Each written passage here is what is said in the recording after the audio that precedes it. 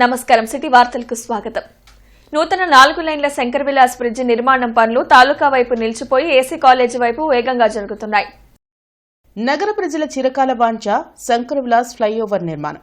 దానికోసం గత టీడీపీ హయాంలో ఫ్లైఓవర్ నిర్మాణానికి డిజైన్ తయారు చేసి సుమారు 160 కోట్లకు ఎస్టిమేషన్ వేయడం జరిగింది. కానీ కూటమి ప్రభుత్వం అధికారంలోకి వచ్చాక రాష్ట్ర ఆర్థిక పరిస్థితిని దృష్టిలో పెట్టుకుని కేంద్ర సహాయ మంత్రి పెమ్మసాని చంద్రశేఖర్ సేతుబంధనం పథకం ద్వారా 100 కోట్లతో 4 లైన్ల శంకర్ విలాస్ బ్రిడ్జ్ నిర్మాణానికి అనుమతులు తెచ్చి మొదలుపెట్టారు. కానీ నిబంధనల ప్రకారం బ్రిడ్జ్ నిర్మాణం జరగడం లేదని కొందరు హైకోర్టును ఆశ్రయించారు. హైకోర్టు దానిపై ఒక ఎంక్వైరీ కమిటీని పంపడం జరిగింది. హై లెవెల్ లాయర్ల కమిషన్ సభ్యులు నిర్మాణం జరుగుతున్న ప్రదేశానికి వచ్చి విచారించి దానిపై నివేదికను కోర్టుకు సమర్పించారు. కానీ ఆ నివేదికపై ఇంతవరకు స్పష్టమైన ఆదేశాలను కోర్టు వెలువరించలేదు. దీంతో తాలూకా వైపు పనులు అందుకే నిలిచిపోయాయని ప్రజలు అభిప్రాయపడుతున్నారు. ఏది ఏమైనా శంకర్ విలాస్ బ్రిడ్జ్ నిర్మాణం త్వరగా పూర్తి అయితేనే నగరవాసుల ట్రాఫిక్ కష్టాలు తీరే అవకాశం ఉంటుంది.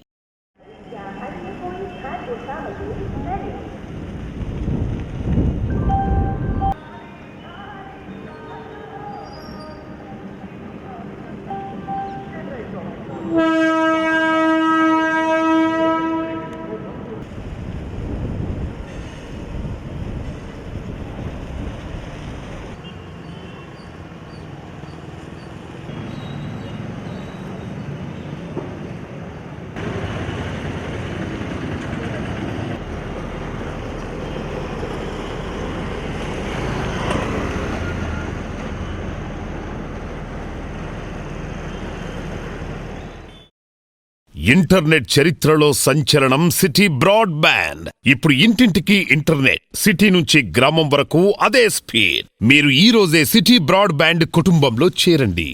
ఆంధ్రప్రదేశ్ రాష్ట్ర వెటరన్ అథ్లెటిక్స్ పోటీలకు ఆటగాళ్ల ఎంపిక కార్యక్రమం ఎన్టీఆర్ స్టేడియంలో జరిగింది.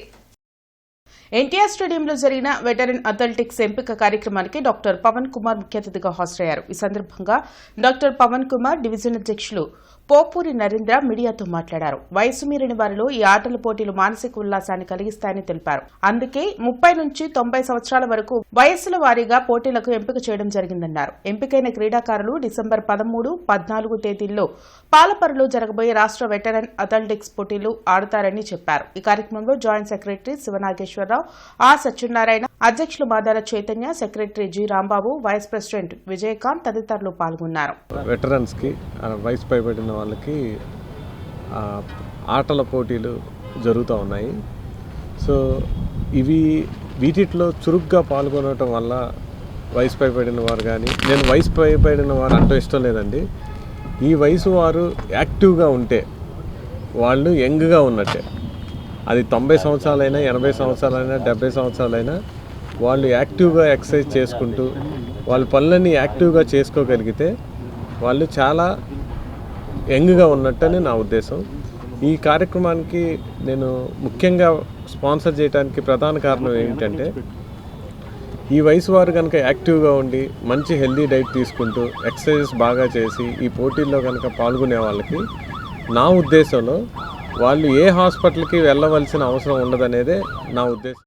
మెదడు నరముల వ్యాధులపై శాస్త్రీయ అవగాహన సభ ఎస్హెచ్ఓల కార్యాలయంలో జరిగింది.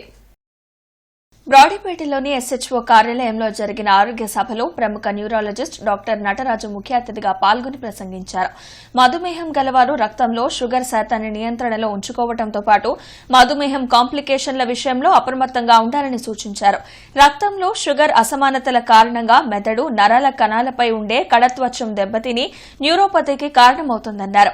ఈ కార్యక్రమంలో doctor Sevakumar, T Dhanunjaya Reddy, doctor Chella Chaitanya, Mekala Ramarao, Chhaava Shivaji తదితరులు పాల్గొన్నారు.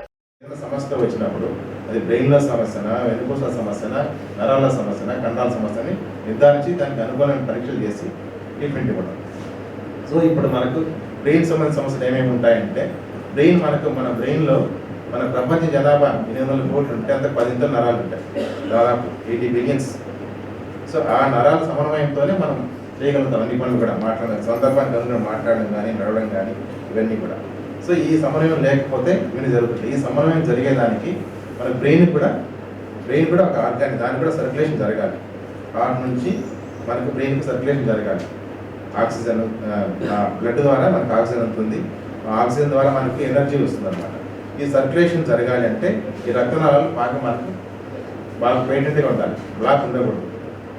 బ్లాక్ ఉండకూడదు అంటే ఏంటంటే మన ఆరోగ్యమైన సూత్రాలు పాటించాలి. ఎస్ఎఫ్ఐ గుంటూరు జిల్లా 50వ మహాసభలు బ్రాడీపేటలోని సిపిఎం కార్యాలయంలో జరిగాయి.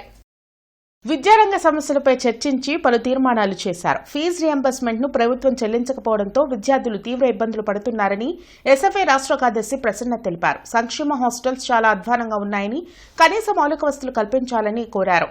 విద్యార్థుల సమస్యలు పరిష్కరించుకుంటే పోరాటాలను ఉధృతం చేస్తామని హెచ్చరించారు. ఈ కార్యక్రమంలో పవన్ కుమార్, సమీర్ తదితరులు పాల్గొన్నారు. ఈ రాష్ట్రంలో 6,400 కోట్ల రూపాయల ఫీజు రీంబర్స్మెంట్ పెండింగ్లో ఉన్నది.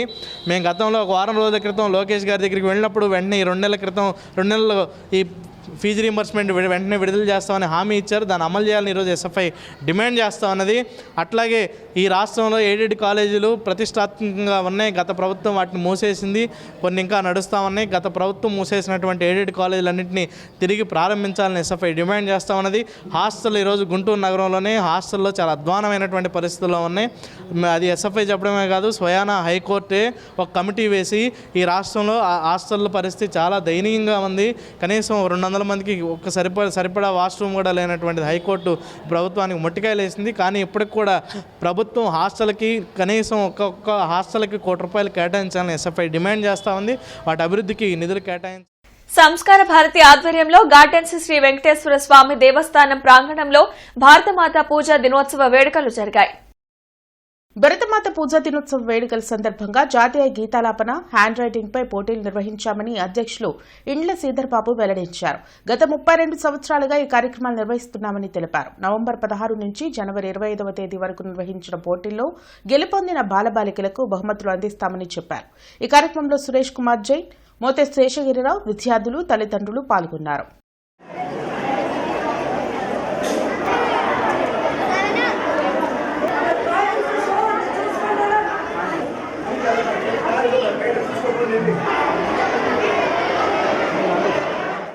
సంస్కార భారతి గుంటూరు జిల్లా ఆధ్వర్యంలో భరతమాత పూజా దినోత్సవ వేడుకలు స్థానిక బృందావన గార్డెన్స్ శ్రీ శ్రీ శ్రీ కంచి కామకోటి పీఠ శ్రీ వెంకటేశ్వర స్వామి దేవస్థానంలో విద్యార్థులతో ఎంతో వైభవంగా జరుగుతూ ఉన్నాయి. ఈరోజు ఈ కార్యక్రమంలో హ్యాండ్ రైటింగ్ కార్యక్రమానికి దాదాపుగా మాకు ఇప్పటివరకు వచ్చినటువంటి లిస్టు 742 మంది వచ్చి ఉన్నారు. ఇంకా 1-2 స్కూల్స్ వస్తూ ఉన్నాయి. ప్లస్ అది కాకుండా దేశభక్తి బృంద గీతాల కార్యక్రమం, కాయన్స్, మ్యాజిక్ షో ఈ కార్యక్రమాన్ని కూడా ఈరోజు జరుగుతూ ఉన్నాయి. పిల్లల్లో సృజనాత్మకత, ఒక మంచి ఆలోచన విధానాన్ని, కళలు, సంస్కృతి, ఆటలు, పాటల పట్ల వాళ్ళ వ్యక్తి వికాసాన్ని పెంపొందించే కార్యక్రమాన్ని మన శ్రీధర్ గారు, ఇండ్ల శ్రీధర్ గారు ఈ బృహత్తరకరమైన కార్యక్రమాన్ని చేపట్టేందుకు వారి అభినందనీయులు. ఇది ఈ కలియుగ దైవం శ్రీ వెంకటేశ్వర స్వామి దేవస్థానం ఆధ్వర్యంలో జరగడం మరింత ఆనందదాయకం. ఆ భగవంతుడి ఆశీస్సులు ఈ పిల్లల మీద, అందరి మీద ఉండాలని, వారి అభ్యున్నతికి ఈ కార్యక్రమాలు తోడ్పడాలని మనసారా కోరుకుంటున్నాను. వయస్సు పైబడిన వారిలో వచ్చే కీళ్లవాతంపై అవగాహన సంస్థ కార్యాలయంలో ఆరోగ్య సభ జరిగింది. అరండల్పేటలోని అవగాహన సంస్థ కార్యాలయంలో జరిగిన ఆరోగ్య సభలో ప్రముఖ రుమటాలజిస్ట్ డాక్టర్ పొన్నూరి దీపిక ప్రసంగించారు. నేటి సమాజంలో కీళ్లవాతం వలన ఎంతో మంది బాధపడుతున్నారని చెప్పారు. Rheumatoid arthritis, gout, psoriatic arthritis లాంటి పలు రకాల వ్యాధుల వలన జాయింట్ పెయిన్స్ వస్తున్నాయని తెలిపారు. ప్రధానంగా దేని వలన కీళ్ల నొప్పులు వస్తున్నాయో అనే విషయం తెలుసుకుని సరైన వైద్యం అందించేందుకు వైద్య పరీక్షలు అవసరమని సూచించారు. ఈ కార్యక్రమంలో కె చంద్రశేఖర్, నారాయణ రెడ్డి, విజయ్ కుమారి, కొండ శివరామిరెడ్డి తదితరులు పాల్గొన్నారు. సోరియాసిస్ అనే హిస్టరీ, మనకి స్కిన్ డిసీజ్. చాలా మంది సోరియాసిస్ ఉందా అంటే అదేంటో కూడా తెలీదు. ఆర్ చాలా మంది డాండ్రఫ్ అనుకుంటారు. సోరియాసిస్ మన శరీరంలో కామన్గా వచ్చే ప్లేసెస్ చేతులు, కాళ్ళు, మోచేతుల దగ్గర, మోకాళ్ళ దగ్గర, మోకాళ్ళ కింద ఉండే కాళ్ళ భాగం. కొంతమందికి తల మీద స్కాల్ప్ డాండ్రఫ్, స్కాల్ప్ సోరియాసిస్ అంటాం.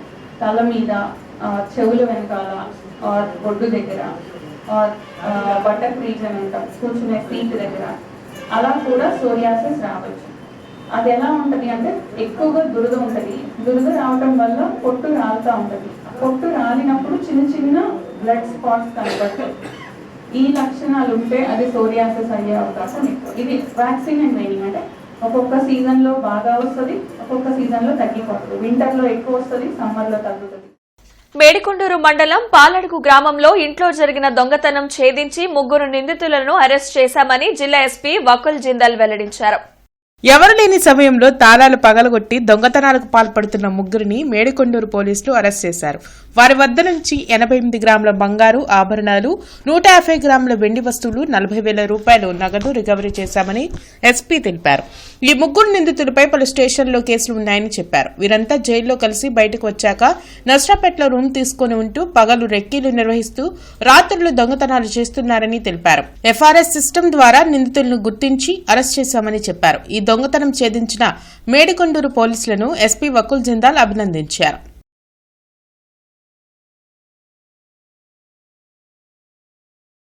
సో వీళ్ళు 3 కూడా జైల్లో కలిశారు. ఎప్పుడైతే వీళ్ళు జైల్లో ఉన్నారో వాళ్ళకి పరిచయం అయింది. తర్వాత A3 ఎవరైతే ఉన్నాడో బొమ్మల విజయ్, వాళ్ళ ఇద్దరిని ఒక రూమ్ ఇచ్చి అక్కడ పెట్టుకుని వాళ్ళతో అఫెన్స్లు చేపిస్తున్నాడు. సో మనం ఈ కేసు డిటెక్ట్ చేసి వాళ్ళని ఈరోజు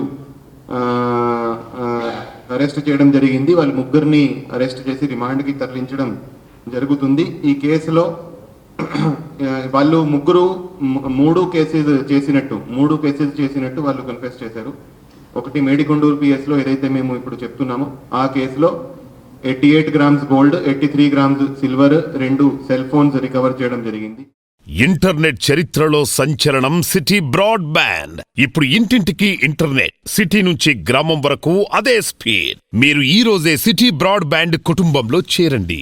అసంఘటిత రంగ కార్మికుల సంక్షేమంకు కామ్రేడ్ జీవీ కృష్ణారావు విశేష కృషి చేశారని హమాలీ ఫెడరేషన్ రాష్ట్ర అధ్యక్షులు చెల్లా చిన్నాంజనేయులు అన్నారు. డిసెంబర్ 1న జీవీ కృష్ణారావు 9వ వర్ధంతి నిర్వహించనున్నట్లు చెప్పారు. ఏటుకూరు రోడ్లోని రేగుల రాఘవయ్య భవన్లో వర్ధంతి సభకు సంబంధించిన పోస్టర్లను అమ్మశెట్టి శివ, రావుల అంజిబాబు, సురేష్ బాబుతో కలిసి ఆవిష్కరించారు. జీవీకే అవార్డును ఏఐటీయూసీ రాష్ట్ర కార్యనిర్వాహక అధ్యక్షులు చెలసాని వెంకట రామారావుకు ప్రదానం చేయనున్నట్లు వెల్లడించారు. ఫ్యాక్టరీ కార్మికుల్ని ఉమ్మడి రాష్ట్రంలో ఉన్నటువంటి 50 లక్షల మంది కార్మికుల్ని ఐక్యం చేసి పోరాటాలు చేసి సివిల్ సప్లై కార్మికులతో సహా సిడబ్ల్యూసి కార్మికులతో సహా వీళ్ళందరికీ వేతనాల పెంపుదలలో, వాళ్ళ ఉద్యోగ భద్రతలో విశేషమైనటువంటి కృషి చేసినటువంటి కామ్రేడ్ జీవీ కృష్ణారావు గారి 9వ వర్ధంతిని జరుపుకోబోతా ఉన్నాం రేపు సోమవారం నాడు. ఈ వార్తలతో సమాప్తం. నమస్కారం.